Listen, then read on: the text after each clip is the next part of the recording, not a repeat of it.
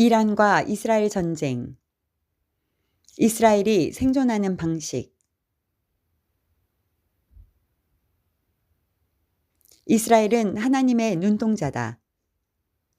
지금은 이방인의 때이지만 이스라엘은 계속 하나님의 계획 가운데 포함되어 있다. 지금 이스라엘은 누구의 도움도 받지 못하고 혼자 남아있는 고립무원이나 다름없다. 반유대주의에는 UN, 유럽연합, 미국, 러시아, 중국, 중동 등 전 세계가 관련되어 있는데 그들은 무늬만 다를 뿐 반유대주의에 있어서는 한 통속이다. 교회 안에도 반유대주의자들이 있다.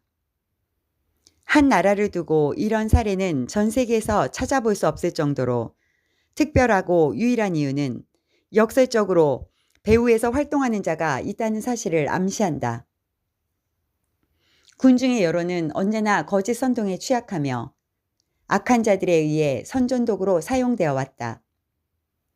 작년 10월 7일 하마스가 이끄는 테러리스트들은 이스라엘 남부를 휩쓸며 약 1200명을 살해하고 253명을 납치하였는데 아직 129명의 인질은 풀려나지 않았다. IDF는 가자 지역에서 하마스 잔당들을 소탕하기 위해 그들이 숨어있는 라파 공격을 앞두고 있다. 네타냐후 정부의 의지가 확고한 가운데 하마스가 전멸 위기를 맞자 세계 여론과 조 바이든과 유엔 안보리는 휴전을 요청하며 이스라엘을 성토하고 나섰다. 인질들의 6개월은 너무나 긴 시간이지만 유엔도 미국도 이들에게는 관심이 없고 이스라엘 반정부 시위대는 인질 석방을 위해 협상하지 않는다고 비난한다. 그러나 인질들을 석방하는 대가로 하마스가 엄청난 것들을 요구할 것은 뻔하며 하마스는 다시 생존권을 보장받을 것이다. 129명의 인질 가족 가운데 반정부 시위에는 10명의 가족만 참가하였지만 대부분의 가족들은 당파적으로 비춰지는 것을 피하였다. 시위대의 요구사항은 하마스가 원하는 것이기도 한데 그들은 휴전을 통하여 시간을 벌고 싶어 한다. 그러면 다시 무장할 것이고 똑같은 일이 벌어질 것이며 그때는 더 많은 희생자들이 나올 것이 딜레마다. 하마스 후티 반군 헤즈볼라는 이스라엘 테러에 집중하고 있다. 이들의 테러 단체 배후에는 이란이 있다.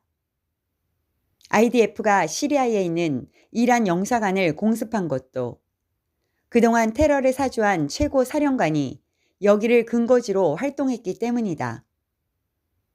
혁명 수비대의 최고 테러 실력자는 이번 공습으로 사망했다. 조 바이든은 꼭두각시에 불과하고 배후에서 총괄주의하는 자가 있다고 보면 미국은 유엔 안보리에서 그동안의 전례를 깨고 반이스라엘에 투표하였다. 그들의 정책은 7년 언약을 맺기 위해 팔레스타인이 계속 존속되어야 하고 친이란 정책을 유지할 것이다. 바이든은 최근 6에서 8주 이내에 가자 지구에서 휴전할 것을 이스라엘에게 촉구하였다. 그러나 하마스는 휴전 협정에서 살아있는 인질의 석방을 거부했다고 이스라엘 방송들이 보도했다. 이집트의 드넓은 시나이 사막을 거주지로 정하면 쉽게 해결될 것을 그들은 어려운 것을 이스라엘에게 요구하고 있다. 그들은 인도적 위기 상태라는 목소리를 높이며 라파 공격을 반대하는 세계 여론을 조성하였다. 네타냐후의 사임을 요구하는 이스라엘의 여론은 71%에 달했고 미국도 그를 축출하고 싶어 한다. 이런 가운데 이스라엘은 라파에서 군대를 철수하여 북부 지방으로 재배치시켰다. 말로는 이란의 공격에 대비한다는 이유지만 라파 휴전의 압력에 숨 고르기 위함이다. 이란은 이스라엘과 전면전을 원할까? 이스라엘과 이란은 국경을 접하고 있지 않다.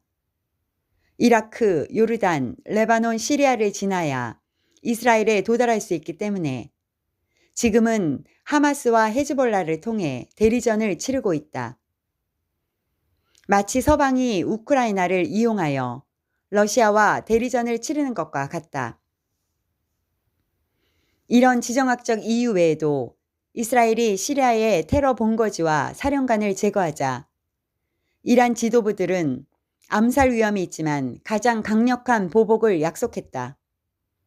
실제로 이란은 주변국들에게 이스라엘 공격을 통보하고 순항 미사일 100발이 준비된 것으로 알려졌다.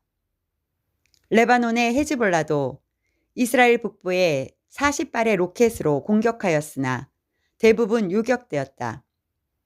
하지만 이란은 이스라엘의 아이언돔만큼 대공 시스템이 구축되어 있지 않으며 첨단 미사일이나 핵 능력에서도 뒤지고 있어서 이란도 상당한 위험을 예상해야 한다.